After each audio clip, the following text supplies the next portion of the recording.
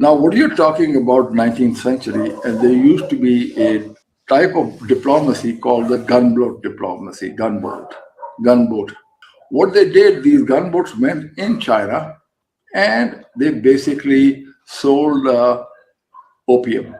This opium was produced in India, bought at British Empire rate set, brought all the way over here and sold here. And if you can see, a lot of rivers flow in the from in China go inside. These gunboats entered all over the China and they sold opium for gold only. So that's where the whole nation of China turned into a Hafimi, Hafim, opium eaters. There was a war fought against the gunboat diplomacy where the emperor of China decided challenge it, but they lost the war. And for a long time, China had no output.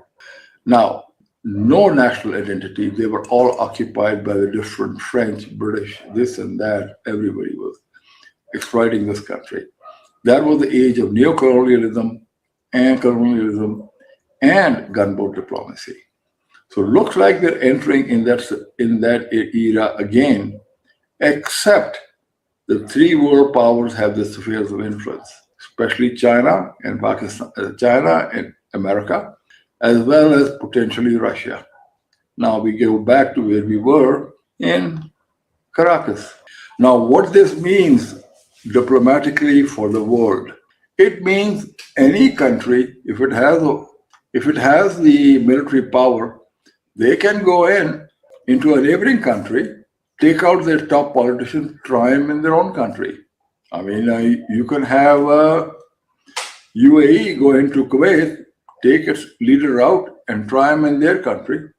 Or Pakistan can go in, take out the Modi from Delhi, bring him here for trials, crimes committed against Sikhs and Christians, and the vice versa in Afghanistan.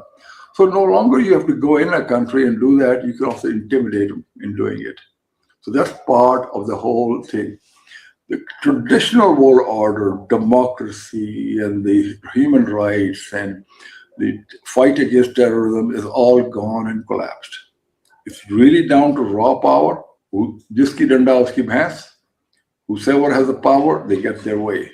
And so the main thing to learn in this, having military power is a guarantee of national sovereignty and independence. If you do not have the military power, you will be subjugated.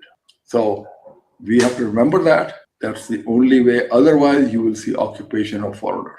And you're going to see more and more of this going on in the world. How it starts to affect us depends on how our leaders exploit, how to project ourselves in this region.